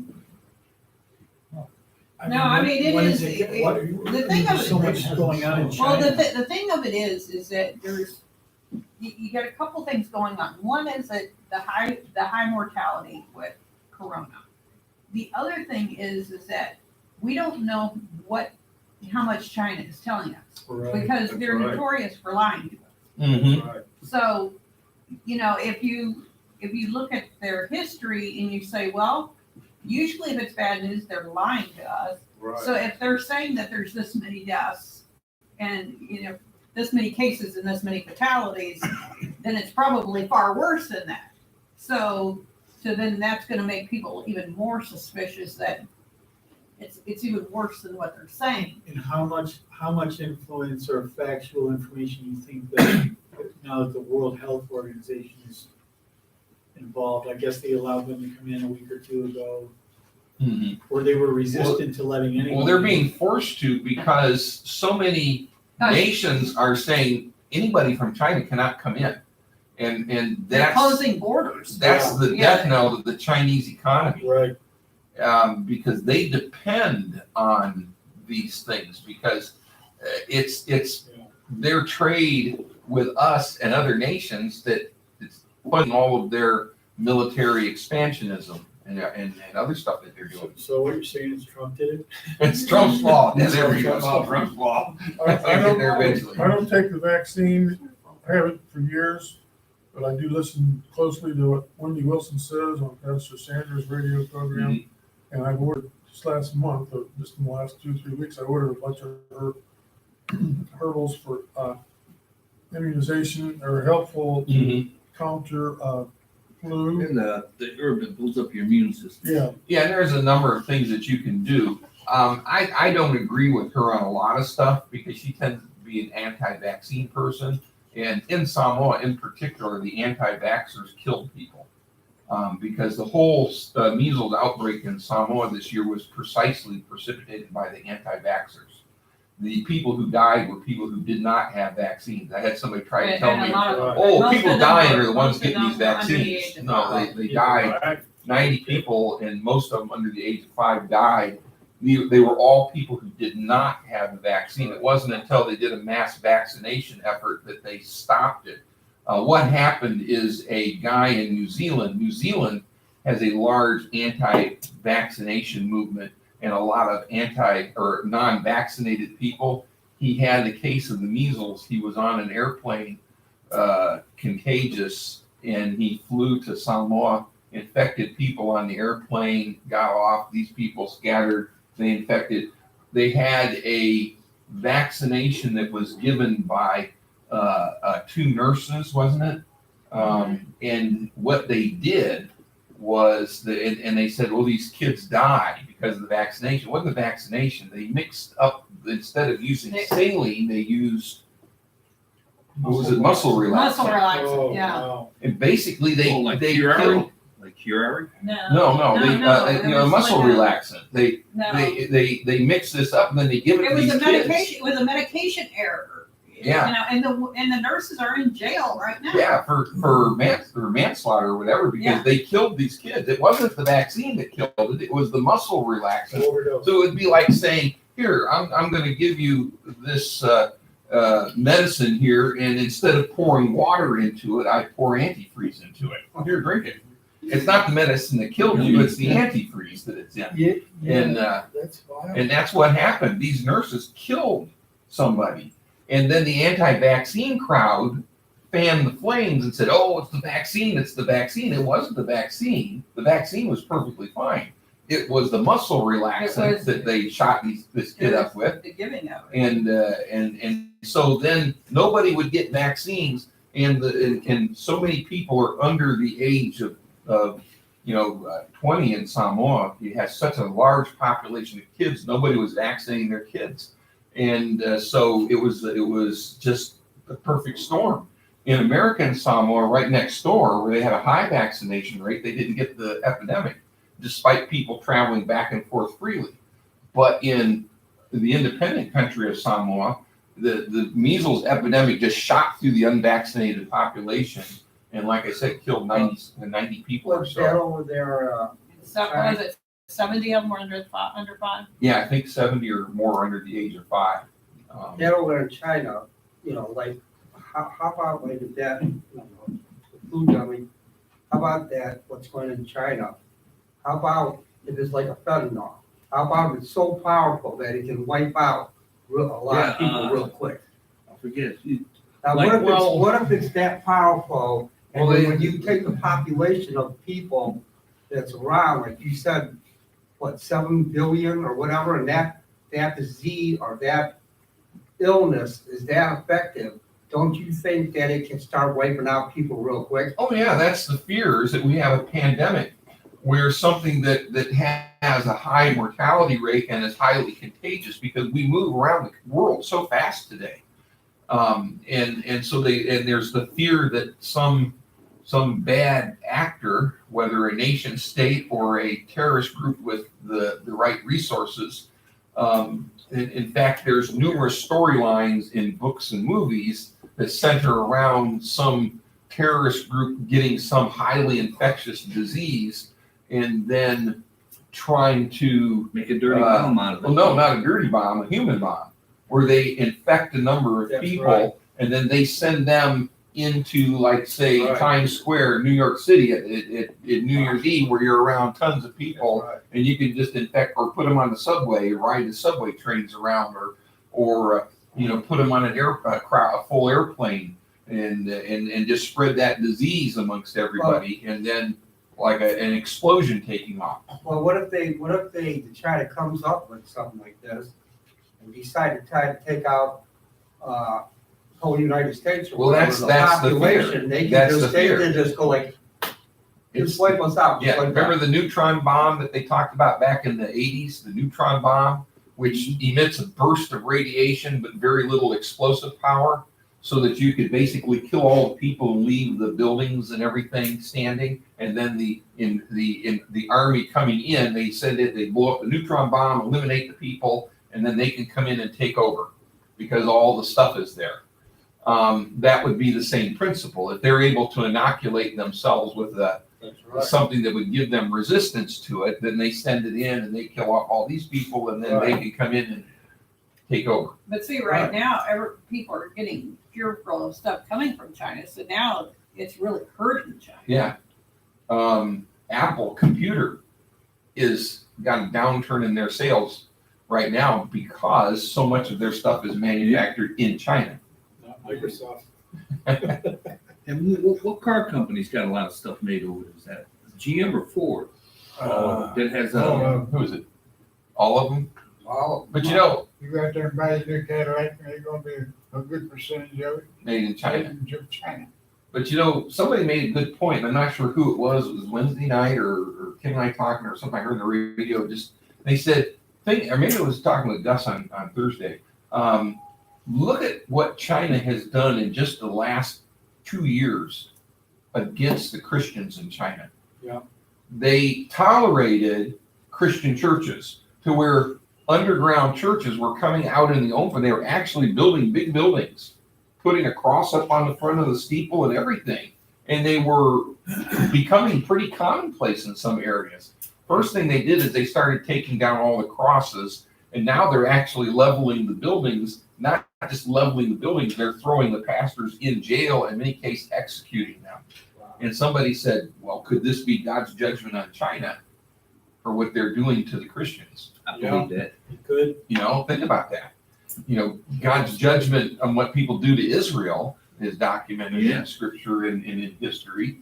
So, you know, it's, I think it's something to be concerned about. We don't know yet exactly what the overall mortality rate is. We don't yet know exactly how long somebody can have it and be contagious.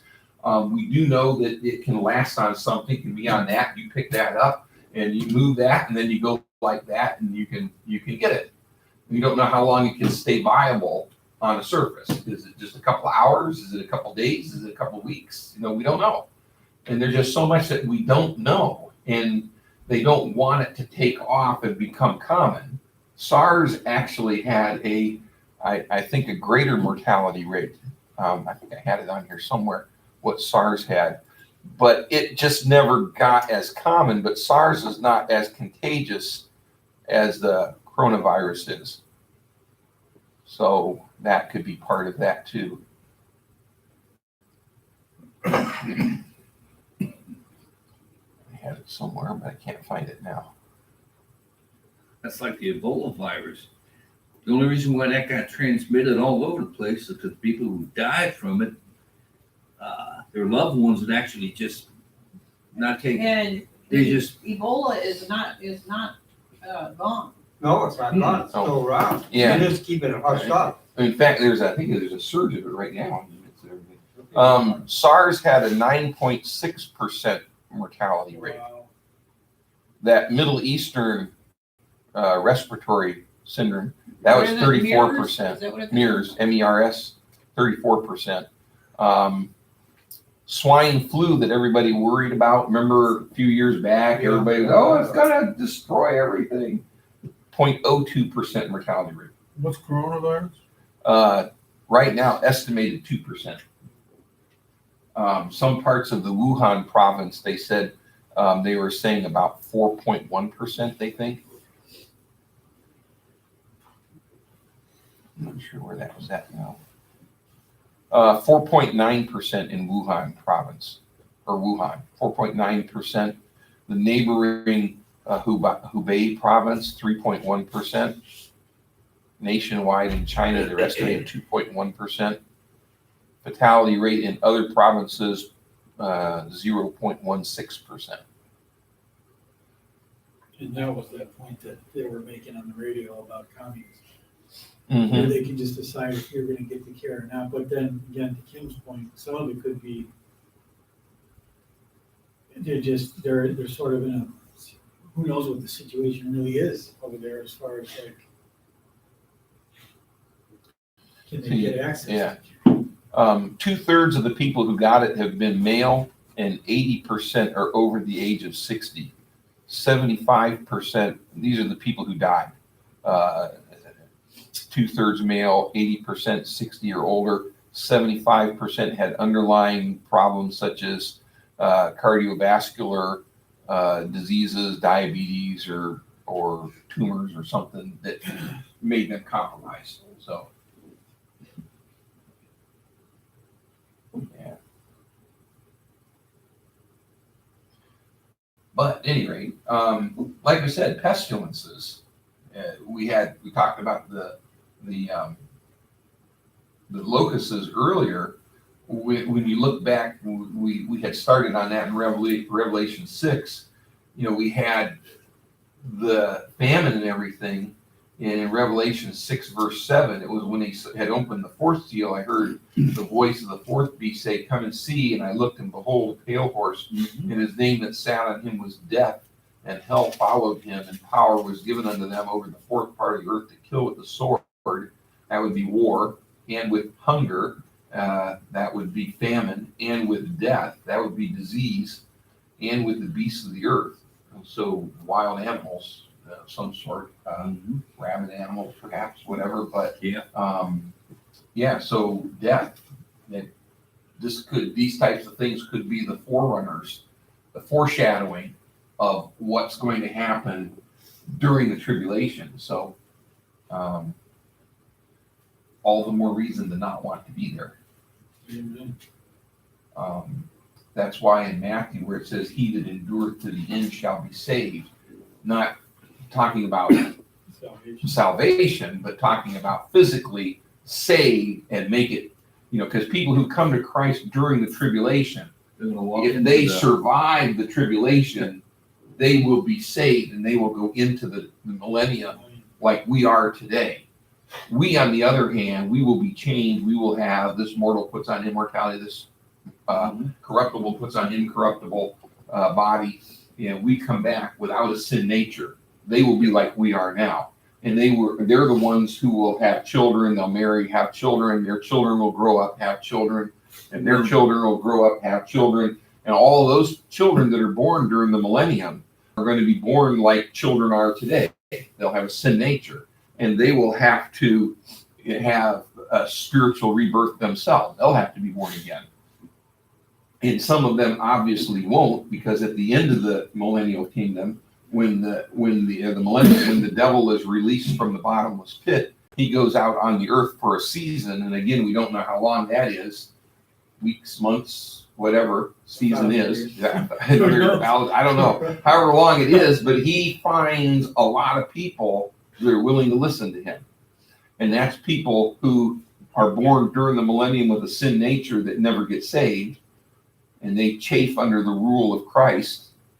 And so when he offers them an alternative, he comes out. That's the final battle there in Revelation chapter 20, where everybody watches God just fire from heaven. It's all gone. All the talks, the passages, the chapters dealing with the tribulation and the battle of Armageddon and the second coming of Christ, goes on chapter after chapter, passage after passage, all this allusions and references. And for that final one, it's just like fire comes down from heaven, they're gone. It's all wrapped up that quick. God says, "You're out here." So, and then comes the great white throne judgment and the new heaven and the new earth. So I do think we're seeing the foreshadowing of those things right now. Getting things ready. I mean, you just sit there and you listen to the news, and it's just like, ooh, that's. Well, and you just mentioned that. Listen to the news. Knowledge is increased. People are rushing to and fro, just like the Bible says. We have the ability to see things happening a world away in real time. You watch the evil become worse and worse. Yeah. Because now it's like all of a sudden it's the Russians are messing with the 2020 election again. Yeah, and they're already working with Trump. He's already working with them. And the other thing too is we now have the capability to mark everybody and track everybody, especially with the 5G systems coming online. It's all this stuff set in place for the Antichrist to use during the tribulation. It's like people worry too much, I'm going to accidentally get Mark of the Beast on me. You're not going to just wake up with it one morning. You're going to have to make a decision. It's like willingly worshiping the Antichrist as God. So it's not, and besides, it's going to be the midpoint of tribulation anyway. So if we know Christ, we're not going to be there. So you don't have to worry about it. So there's just a lot of things, like we've said before, people in the room who are, older would have never dreamed of carrying something around with you all the time that tracked everywhere you went. It's like, what? Well, I wouldn't do that, but now we do. They just made it too inviting, didn't they? And now younger people, They wouldn't dream of not being without some of these things, you know? Does the phone listen to us? Well, How do you know that it doesn't? Of course. It has the capability. Yeah, your inline phone, since the time they've had inline phones, a phone sitting in the cradle could always be activated remotely and listened to. It was a microphone in every room that had a phone. That's right. Didn't matter whether They care you, about you enough. yeah. Yeah. It's More just, about you know, technology. well, it's like what I said when I got out of the Air Force. I said they have the ability to monitor every electronic communication that takes place. That was before the internet and everything and before some of the stuff they have now. But that was 1980s technology. They could monitor every phone call. If you're typing, people remember typewriters. You were typing on an electronic typewriter, British Broadcasting System, or the BBC, Broadcasting Corporation rather, said, we heard this rumor that the British military has the capability, you know, and that they can monitor electronic typewriters remotely. And so the BBC sat in a van in front of their building in London with no wires connected to the building. They just had a computer. Remember those computers, like the blue egg thing? Yeah. That was what they had. And they had it turned on. And with no physical wiretap on the building, they had a guy in an office up in the building typing on his typewriter, and everything he typed was coming across the screen on that computer in the van. How'd we get it? Every time you push a button on here, what transmits the signal? An electric charge runs through the wires. Every time an electric charge runs through a wire, it produces a vibration in the electromagnetic field that surrounds the wire, right? Yeah. And if you can monitor that vibration, you can decipher what was pushed, what buttons. You remember the big IBM Selectric? Rotate, tilt, Yeah. and press. Every time you press that key, that sent a unique signal that could be monitored. And if you had the equipment to decipher it, which is what they did in that experiment that That's the not where BBC the did. flapper came from, was it? No, it's a little different. But so when you're talking on a telephone, when you talk on a telephone, the old phones, not these. Yeah. The wire transmitted an electric current. So what happens when you talk into the microphone on the handset? It translates those vibrations into electronic signal, right? And it runs through the wire. And the electromagnetic field around the wire modulates. And so you don't need to actually hardwire anything to figure out what's going on. With the right equipment, like the BBC showed, you could be sitting with a piece of equipment, because they were sitting in just a van like what you have. That's what they were in, just a van like that. And so you could be sitting with a piece of equipment, and anything going through the telephone wire, you could listen to. Wow. So That's 80s technology, mind you. don't assume that whatever you say, it can be overheard. If you don't want what you say to be overheard, don't say it. Well, the thing of it is, you say, well, I'm going to turn it off. Anyhow. Huh? The left wants to shut us down anyhow. But I was going to say, you say, well, I'll just turn it off. Well, it doesn't matter. Doesn't matter. You know, they warn people to put something over your camera, because when your camera's on, there's a little light that's on, but people hack Camera computers can work without the light. without the light coming on. You don't even know somebody's hacked your computer. Look at people with baby cams, where they have people who are intercepting the signal or even talking to the children. I watched a thing online where this voice is coming over the baby cam to this toddler saying, "I'm your friend. You can trust me." That camera was hacked. Yeah, and because most people, when they get these even Ring doorbells, they use the default setting and they don't change the password, or they change it to something like password or 1, 2, 3, 4, 5, 6, 7, 8.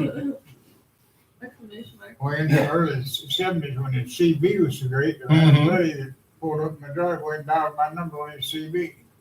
Yeah. Not only that, he had 3 CBs together and he put on 16, Uh-huh. and he found out when he was on 100, he was talking to the White House, so he quit that one. Well, I remember when the CB craze in the 70s became big, remember?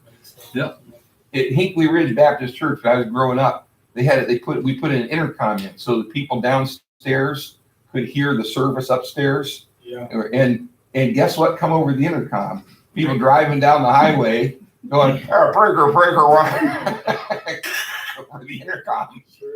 I watched Why? Ironside one time. This isn't too much connected to this, but it's an interesting story. I watched an Ironside segment one time back in the, whenever it was 70s. And Raymond Burr was caught trapped being held captive in a hotel room. And the phone had been removed, but all he had was the 3 wires, and he knew which 2 to tap together. Oh, And he could Morse. dial a phone, Oh, okay. just hitting the wires together like 1, 2, 3. Oh, yeah, because it tricked the, Yeah. yeah. And he dialed his office phone, and then they answered, and there was no answer. They figured something's wrong here. I think they Traced traced it. Yeah. And that was always the thing. Keep them on long enough to trace it. And the reality of it, it took moments to trace a call. But all those cop shows, oh, it wasn't on long enough. If you had enough time to say keep them on long enough to trace it, they were on long enough to trace it. And, Now it's just automatic. well, it's like, yeah, how does Verizon or whoever your carrier is know to ring your phone wherever you are? They know where you're at. They know exactly where you're at. And it remember when the GPS first came out, they would locate you to an accuracy within, I think it was like 3 meters or something like that, which is a pretty good distance, even if it just located you in this room. But I forget what the accuracy is now, but they can pretty much locate you to whatever spot in this room you're at. They're using those, using satellite for surveying. Mhm. It's so accurate that they can actually pick up the corner stakes on your property. They carry them around and they zero right in on your property stakes. Yeah. I mean, they're that accurate. Well, Yeah, there's a, what is that? Mapster or something like that? MapQuest, MapQuest. yeah, and Google Maps too. Yep. It's amazing how You detailed. can switch over to a satellite and just Mhm. look right down on your property. It's just Well, like- I remember seeing a show, and it was based on the CIA, and this was back shortly after I got out of the Air Force. So this was back in the late '80s, maybe early '90s, and they were watching I think I some know what you're SEALs or talking about. something storm a freighter at sea via satellite, and they were watching in real time the thermal images. And I remember sitting there, and I think my mom said, "Can they do that?" And I said, "Well, let's just say that this is not far-fetched." And again, that's '80s technology. What was the name of that show? I think I saw that. Yeah, I can't remember what it was, but it was a. I used to watch the A-Team a lot. Because I was laughing because one time they had somebody on it was the early cell phones, I think, where they were walking around and they were saying, "Oh, keep them on long enough that we can track them." And I was laughing, and I think my mom or dad said, "What are you laughing at?" I said, "Well, how did the cell company know how to get them?" So that must have been the early '90s that they had cell towers. When did the cell phones start becoming?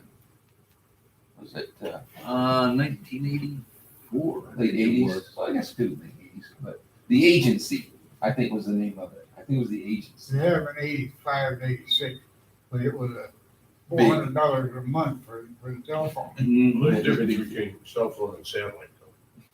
I don't know how it worked, but The one guy I worked for, I think he had a satellite phone because it had a small box that you carried, antenna, and you just. So I think that might have been a But they satellite. had those big early cell phones. Remember that you hardwired into your car and all that. That's what he had. Those were satellite. Or that's Those were- Yeah. So can you carry the cell phone in some kind of a case Uh-huh. that will totally, they don't know where it is, you can't? well, I would imagine you could. Well, if you did that, then you wouldn't be able to get any calls. Until you opened it up, yeah. Open up to make your call, then close it up again.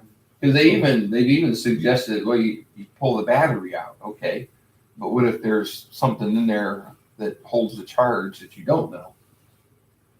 But, you know, Just the don't big, have it. huh? Just don't have it. Well, the big thing is, and Neil mentioned it earlier, there's just so much out there. The ability to monitor everything, in a sense, is almost a blessing because there's so much out there that you can't, even though you have the capacity to monitor it, you don't have the capacity to look at everything that's monitored. That's right. These big computer banks are sucking up everything. Everybody worries about the government and the National Security Agency. What is Google doing? I mean, you say something and you're next thing you know on Google, you're getting an ad for something you talked about. You talk about lumbago and here's, you know, Dr. Phil's lumbago tablets. It shows up as an ad. How did that happen? Right. As you're being monitored, and even say, well, I'm not going to. What about the person next to you that's got one? I was at a legal seminar one time some years ago, and a guy said, well, you know, we just don't broadcast our church services. And somebody said, how do you know somebody in the church isn't sitting there with his phone broadcasting your service? There's three search engines that I heard on the radio, and I just memorized them and wrote them down real quick. One is Brave. Brave, that's I got right here, right? Yeah, Brave it's right there here. right now. Start Page, and one is DuckDuckGo. Yeah, Brave uses, Start Page uses Google, but it takes you there anonymously. DuckDuckGo it doesn't use Google.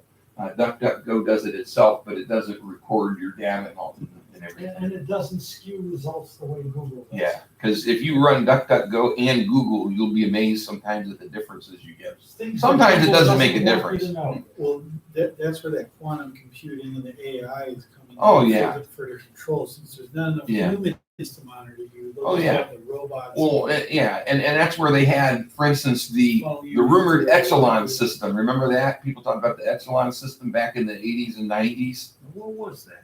Keywords that you would say would trigger a response from the computers, and then it would Okay. pull that up Flag for things, somebody you to can look save at. it for later. Yeah, and that's what they do. Yeah. I see we're after 9 o'clock though. We're gonna have to pray here. So, a.m. shift. yeah, we're gonna have to pray here. So we'll keep talking, but let's go ahead and pray. Heavenly Father, Lord, I thank you again for the opportunity to come together tonight and we talk a little bit about your word and look at some of the things that are happening in the world today. And it is easy to get overwhelmed, Lord, but help us to remember that we can look up because our redemption draweth nigh. We know Christ is our Savior.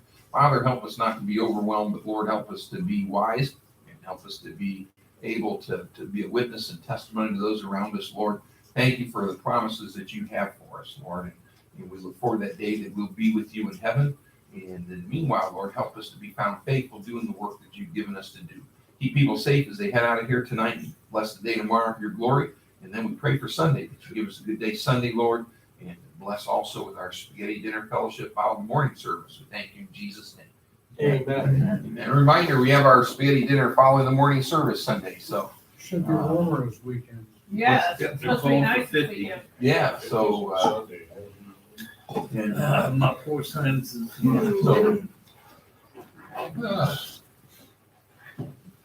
but yeah, this technology stuff, you can get overwhelmed with it, you know, but when you read 1 Thessalonians chapter 5, you know, or 4, he says, comfort one another with these words. So knowing that Christ is coming for us, we can be comforted, you know, not be overwhelmed, knowing the times and the seasons, not to be caught unawares. So rather than, you know, because some people say, oh, I just don't like to look at this stuff because it's too overwhelming. It makes me afraid.